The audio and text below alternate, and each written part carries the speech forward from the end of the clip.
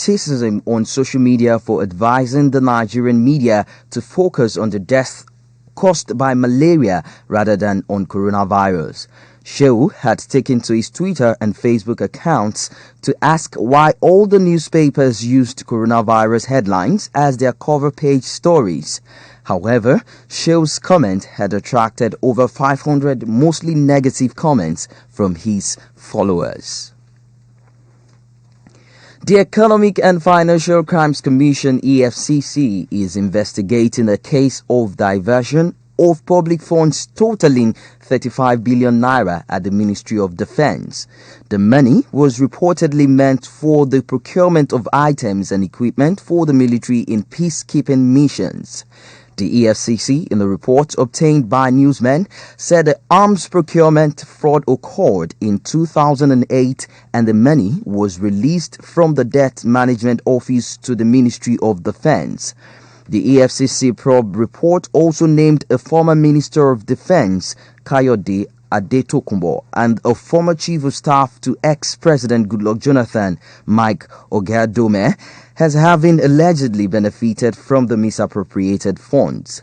According to the probe report, the EFCC has arrested a suspect, Donald Peterson, aged 47, who is the managing director of Richfield Technologies Limited, one of the companies allegedly awarded contracts by the ministry. About 50 people have been reported killed by gunmen suspected to be armed bandits in Kerawa, Rago, Marina, Zariyawa, Ashimawa and Unguwar Barao villages of all of Igabi local government area of Kaduna State at the weekend. The Kaduna State Police Command's Public Relations Officer, ASP Mohammed Jalige, however, told newsmen the casualty figure was yet unknown. A source from the area said the killers came to revenge attacks launched against them by the security forces who bombarded the bandits' camps in the neighboring Bernigwari local government area few weeks. According to the source, policemen raided the bandits' camp and killed over 200 of them. Soldiers and Air Force also attacked the bandits few days ago and many were killed. It is still news around the world on Pensioners 106.7 FM. Let's now talk some labor and pension stories. Pension stakeholders have warned the federal government against borrowing from the 10.22 trillion naira pension fund assets. The stakeholders, while responding to the proposed plan of the government to borrow about 2 trillion naira from the pension pool to fix infrastructural deficit in the country, noted that such step should not be taken without due consultation with relevant parties. The President, Nigeria Labour Congress (NLC), Comrade Ayuba Waba, said the decision was devoid of effective consultation with the stakeholders who own the funds collectively. He said the government must realize that pension funds is a joint contribution belonging to workers and employers, hence cannot be borrowed at will. The French government will force through contested pension changes by decree, avoiding a parliamentary vote. In a surprise announcement, the French Prime Minister, Edouard Philippe, said the controversial measure would be used to bypass Parliament after opposition parties filed more than 41,000 amendments to the law in an attempt to stall its introduction. The proposed reforms have sparked widespread protest and strikes since they were announced in December last year. It is still news around the world on Pensioners 106.7 FM. Now to other stories. Cipriano Kasama, who was declared president of Guinea-Bissau, has resigned his office after one day in office. According to him, those of his family and many other citizens were in danger as a result of his emergence. Despite not being in the December ballot, Kasama was appointed by Parliament, the majority of whose deputies have refused to acknowledge the election victory of the former opposition leader, Umaru Embalo. The number of people killed worldwide by the coronavirus has exceeded 3,000 as China reported 42 more deaths. More than 90% of the total deaths are in Hubei, the Chinese province where the virus emerged late last year. But there have also been deaths in 10 other countries, including more than 50 in Iran and more than 30 in Italy. Worldwide, there have been almost 90,000 confirmed cases, with the numbers outside China growing faster than inside China. North Korea has launched 2 unidentified projectiles, South Korea's military says, in its first apparent weapons test of the year. The projectiles were launched from the northeast coast towards the Sea of Japan, also known as the East Sea. South Korea's Joint Chiefs of Staff said they were believed to be short-range ballistic missiles. Last May saw the first missile test after an 18-month freeze.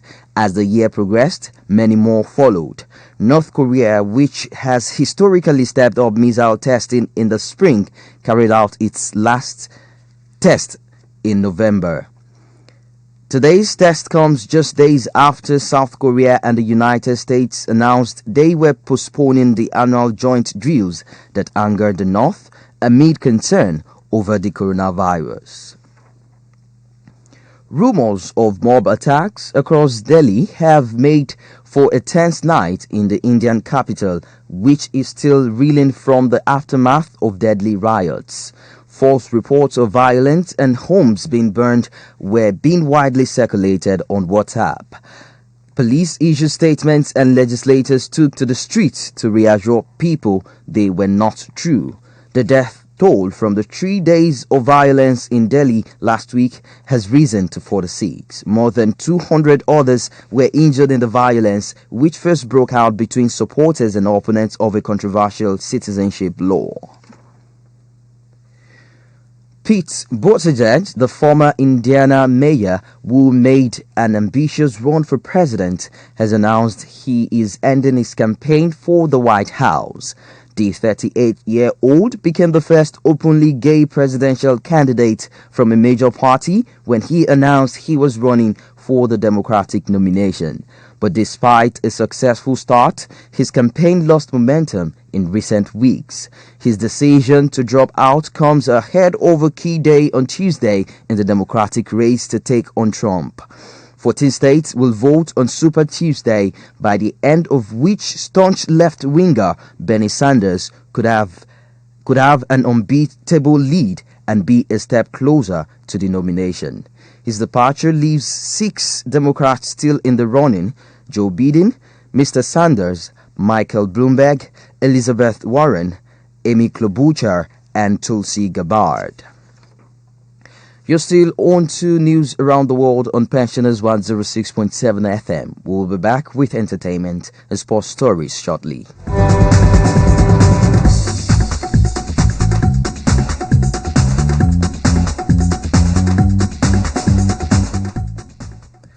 Welcome back. The Crown star Claire Foy and Fleabag's Andrew Scott were among the big winners at the What's on Stage Awards. Foy won Best Actress in a Play for her performance in Lungs, while Scott took home Best Actor for Present Laughter.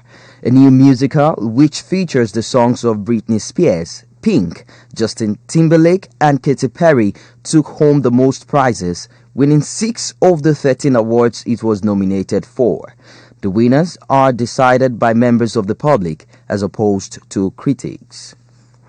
And moving on to the world of sport, Ferrari boss Mattia Binotto wants to know what organizers of Formula One have planned in case his team is denied entry into Australia for fear of a spread of the coronavirus. Speaking at his post-testing press conference, Binotto explained that the current situation in Italy has made things difficult for his team. According to Binotto, getting to the test has been difficult as some of his engineers who would go to those tests have stayed at home instead. Binotto said there is need to understand what the consequences are in the event of a problem. AlphaTauri boss Franz Tost has also voiced his own concerns about his team being able to get to Australia. To end news around the world on Pensioners 106.7 FM, here is a recap of the main stories.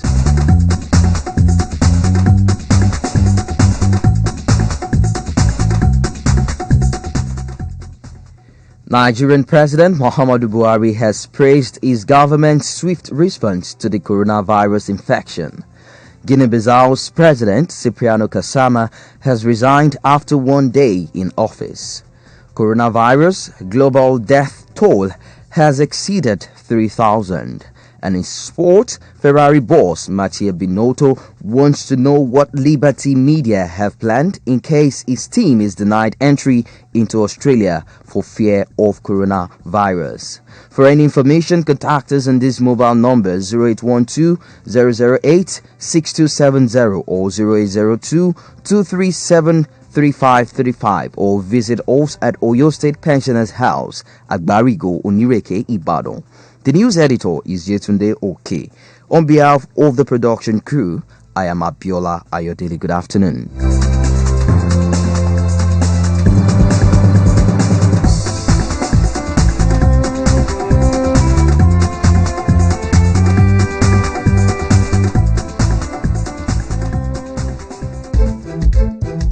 Looking for that radio station that will serve you better. Best of sports, entertainment, you go know we be master.